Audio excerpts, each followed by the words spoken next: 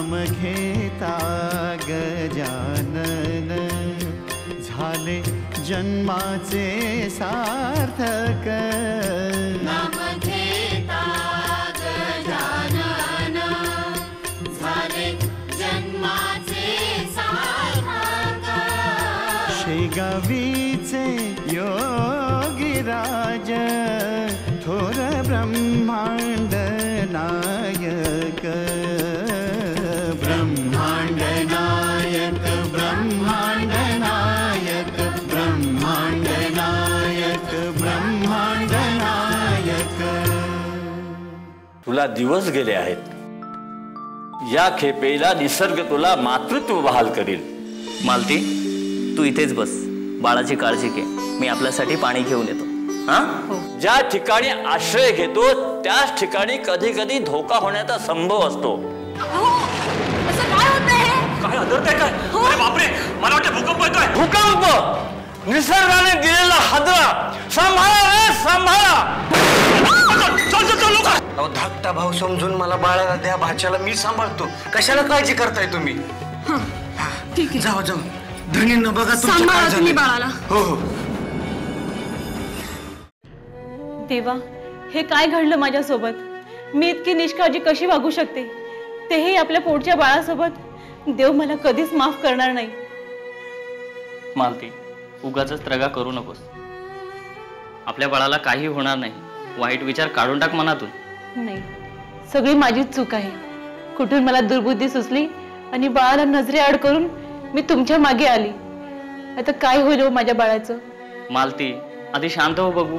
आपल्या नशिबात बाळ नाहीच का हो? पुत्र सुखापासून आपण लांबच राहणार आहोत का? आधी बाळ दगावायची आणि आता मूल होऊन सुद्धा कायमचं गमावलं तर नाही ना? अगं मालती, शांत हो। आपल्या आनंदाचा अंत तर झाला नाही ना? आपल्या बाळाला मालती, असं काही अशुभ बोलू नकोस। माणसाने नेहमी शुभ बोलावं आणि आपलं बाळ आपल्याला पुन्हा भेटेल। आपण शेगावला जाऊया, गजानन महाराजांकडे, तेच आपली मदत करतील, आपलं बाळ आपल्याला मिळवून देतील।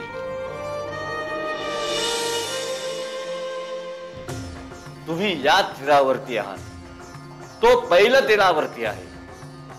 ताटातूट झाले खरी, पण ताटातूट होणं म्हणजे गमावणं नव्हे। माझी ही एवढी सगळी संपत्ती कुणाच्या नावाने करून जाऊ मी? चिंता करू नका सावकार, आम्ही आहोत ना। हा हर्या नाऱ्या, अरे चांडाळानो, तुमच्या दोघांच्या नावाने माझी संपत्ती करू काय, असं म्हणणं आहे की काय तुमचं? नाही नाही सावकार, अहो आमची मोप इच्छा असली तरी ते शक्य नाही, हे ठाऊक आहे आम्हाला। अहो आम्ही आहोत म्हणजे आम्ही तुमच्या सेवेसाठी हजर आहोत असं म्हणायचं होतं आम्हाला। उगाच तुम्ही कल्ला करतात।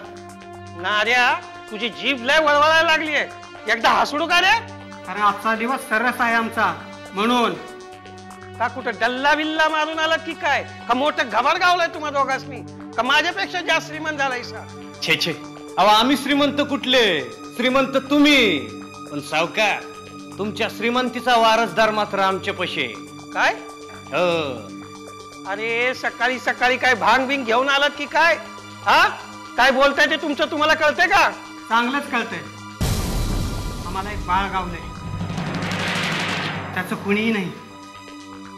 तुम्हाला तुमचा वारसदार मिळेल आणि आम्हाला आमचा पैका।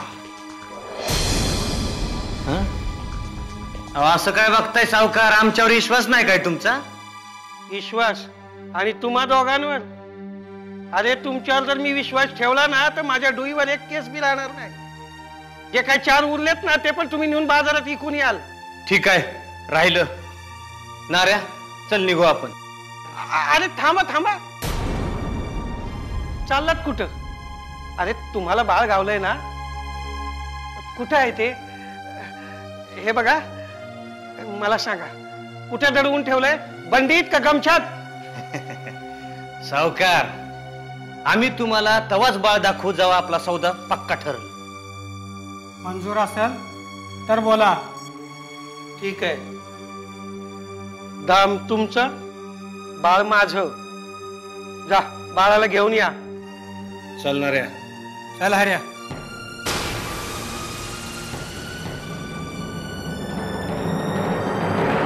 प्रवास प्रवास महाराज इथून तिथे तिथून पलीकडे. महाराज प्रत्येक माणसाच्या आयुष्यात प्रवास हा अटळ असतो. काही वेळा स्वेच्छेने, काही वेळा अनिच्छेने, पण प्रवास हा करावाच लागतो. प्रवास म्हणजे चक्र. हे चक्र पूर्ण करूनच माणूस इच्छित स्थळी पोहोचतो. महाराज कुणाविषयी बोलताय आपण? कोणता प्रवास? कोण कुठे निघालंय? कोण कुठे स्थिरावणार आहे? उषा, बाळ, हाऱ्या नाऱ्या मला काहीच संगत लागत नाहीये महाराज. तुटक वाटतंय ना आमचं बोलणं तुला? हो महाराज. मग सोडून दे. तुझ्या आकलनाच्या पलीकडल्या ह्या सगळ्या गोष्टी आहेत. माणसाला झेपेल तेवढाच त्याने विचार करावा. फार ताण देऊ नये.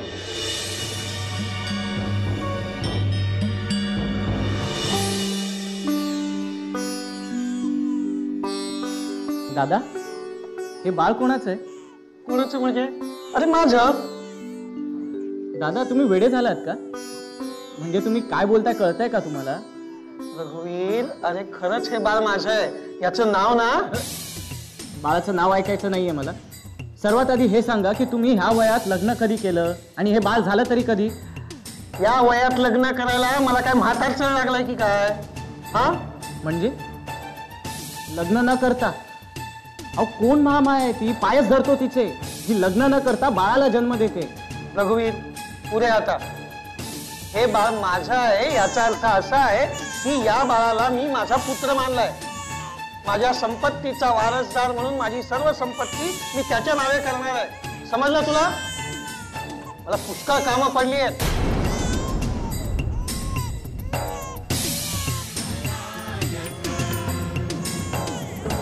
रघुवीर कसला विचार करतोयस? अरे भवानी बरं झालं तू आलास. मला तुझ्या मदतीची अत्यंत गरज आहे. रघुवीर तुला माहित आहे का, माझ्या दोस्ताला माझी गरज आहे हे सांगण्याआधी मला कळतं आणि बोलवण्याआधी मी येतो. बरं काय झालं? अरे दादानी मला बेकेला लावायचं ठरवलंय. मग करवंटी आणून देऊ? चेष्टा करू नकोस भवानी. इथे माझ्या पायाखालची जमीन हादरली आहे आणि तुला चेष्टा काय सुचते? बरं बरं नाही चेष्टा करत. बरं काय करू?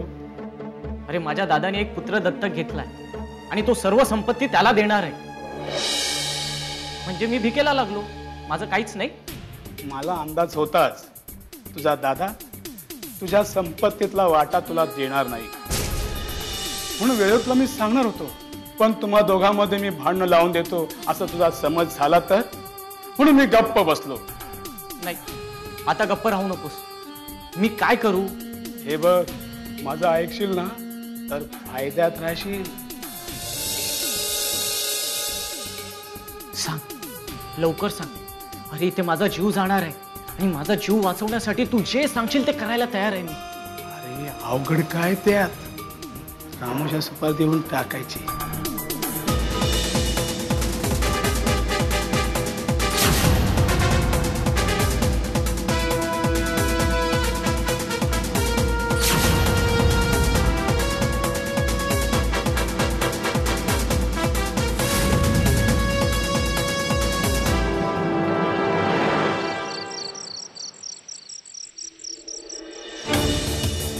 दादा हे असं कसं काय करू शकतो? हे घर आमचा हा व्यवसाय पिढी जात आहे. आजवर हे सगळं त्याचं आहे हे समजून तो राज्य करत होता. मी काही एक बोललो नाही. म्हटलं जाऊ दे मोठा भाऊ आहे. आज न उद्या खपेल मग सगळं मलाच मिळणार आहे. पण नाही पक्का बनेल निघाला. बोला शेठ आज कशी काय याद केली गरिबाची? बरं झालं तू आलास बाबा. आज तुझी मला अत्यंत आवश्यकता आहे. उगीच काय कोणी बोलवत नाही. नाही पूजा कोणाकडे लगीन आहे म्हणून या रामोशाला बोलवत नाही की ये बाबा जेवून जा. बोला काय काम काढलं? अरे माझा दादा माझ्यावरच उठलाय. कुठल्या तरी पोराला दत्तक घेतलाय आणि म्हणे संपूर्ण संपत्ती त्यालाच देणार आहे. काही सांगताय काय राव? आता सख्या भावाशी असं वागायचं? नाही नाही नाही नाही, हे चांगलं करत नाही सावकार. बोला, तुम्ही सांगा काय करायचं त्या सावकाराचं? दादाचं काही एक करायचं नाहीये. मग कोणाचं काय करायचंय? त्या बाळाचं. जमेल का? जमेल जमेल की. कधी, केव्हा, कुठं? आजच्याच रात्री. अरे रे, हे वाईट झालं. आता आम्हालाच काहीतरी करायला पाहिजे.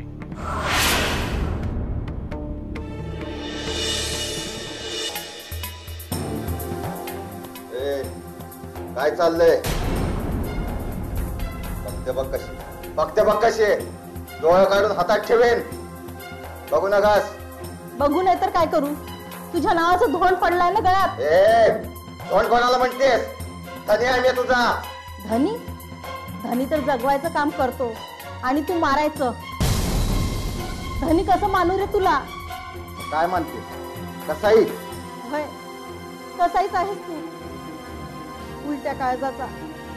सुलट्या काळजाची माणसं तुला आवडत नाही. पोपटपणची बांधकार. चल, भूक लागली आहे मला. खायला दे काहीतरी. मलाच खा की. खाल्ली असती. लय मोठी आहेस. एवढी भूक नाही आपल्याला. एका भाकरीनं भागल. घरात भाकरी नाही. भाकरी नाही? केली होती, पण शेगावून आलेला एक साधू पुरुष वाटण्यात चालला होता. माय काहीतरी खायला दे म्हणला. त्याला देऊन टाकली. मी काय खाऊ? खा की माती. काय र, काय आणलं त्या टोपलीत? भारीची वस्तू आहे. आज रातच्याला कापायची आहे.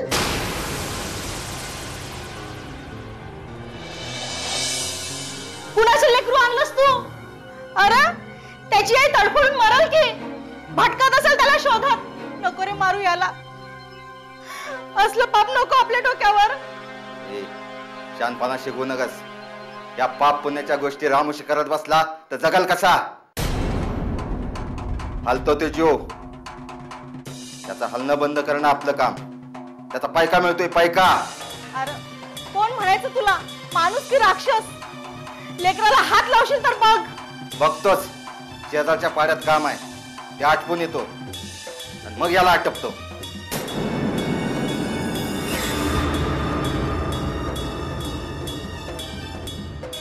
नाही मरू द्यायची रे तुला, नाही मरू द्यायची.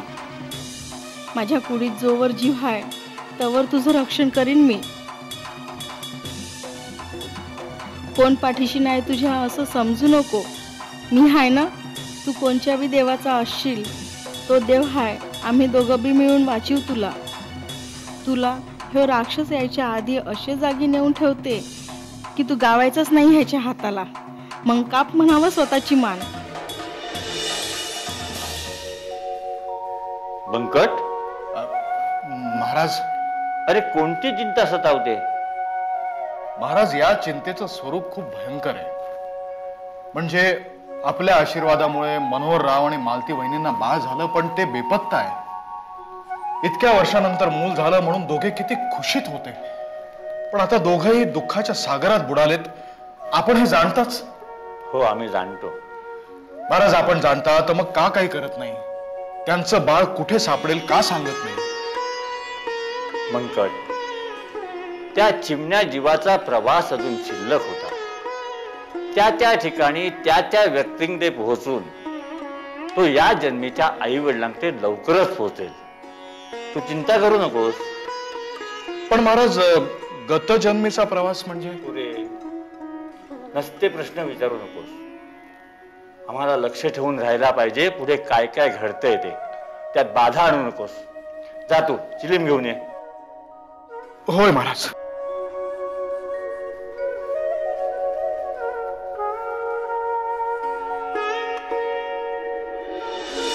शेगावी जायला निघालो खरं, पण शेगाव आणि गजानन महाराजांचं दर्शन कधी होईल काही सांगता येत नाही. अहो, तुम्हाला सांगू का, जेव्हापासून हे बाळ माझ्या उंजळीत आलंय ना तेव्हापासून आपण प्रत्यक्ष शेगावातच आहोत असंच वाटतं मला. माझी अवस्था सुद्धा तुझ्यासारखीच झाली. पण जेव्हा आपलं मन कुठला निर्णय घेत नाही ना, तेव्हा आपण तिसऱ्याचा सल्ला घ्यायचा असतो. म्हणून तर आपण इथे गुरुजींचा पत्ता शोधत आलोय ना. पण ते गुरुजी अजून. नमस्कार. नमस्कार. बोला, कोण आपण?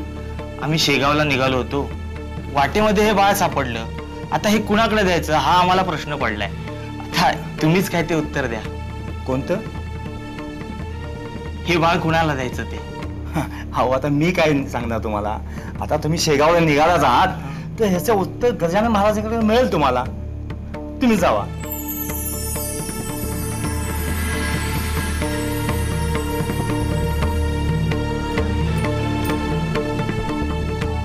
महाराज. महाराज, महाराज, माझं बाळ, माझं लेकरू मला परत द्या महाराज.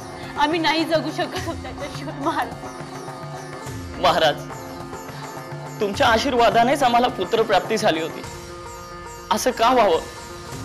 आमच्या पुत्राची आमच्याशी ताटातूट का व्हावी? प्रारब्ध कुणालाही चुकत नाही मनोहर. तुमचं बाळ तुमच्यापासून दुरावलं हा त्याचाच भाग होता. पण तुमची परत भेट होईल. कशी महाराज? मला माझ्या बाळाकडे जायचंय.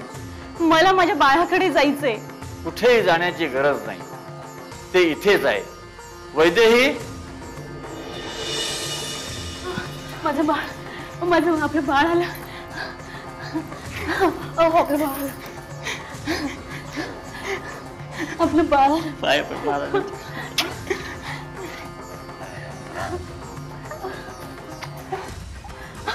महाराज, आमचं बाळ मठामध्ये कसं?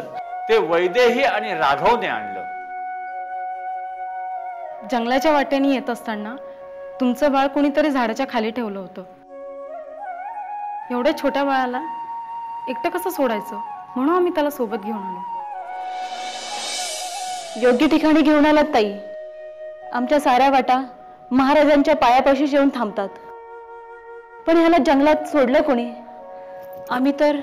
तू गेलीस मंदोरच्या पाठीपाठी. भूकंपाचा धक्का बसला आणि भिंत कोसळू लागली. उषाने बाळाला घेतलं आणि सुखरूप जागी नेलं. उषा कोण महाराज?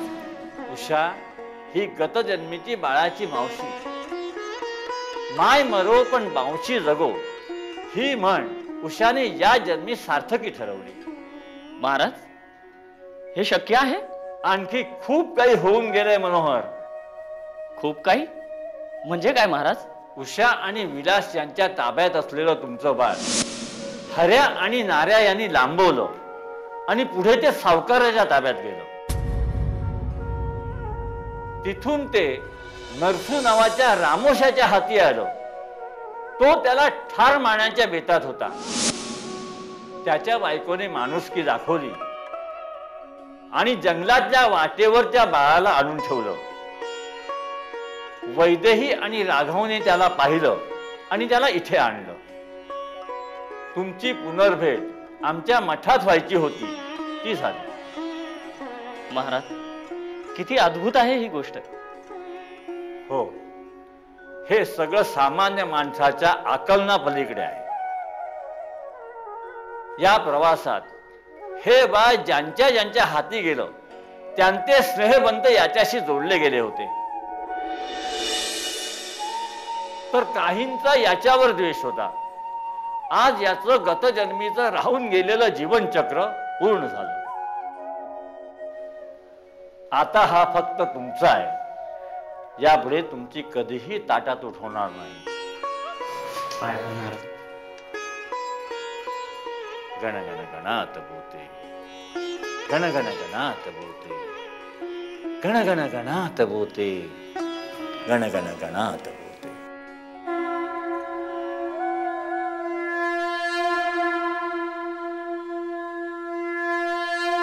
गुरुचा आशीर्वाद प्राप्त झाल्यास तुम्ही नियतीच्या दुष्टचक्रात फिरून प्रारब्धाचे भोग भोगून पुन्हा सद्गुरुचरणी सुखरूप येऊन पोचता.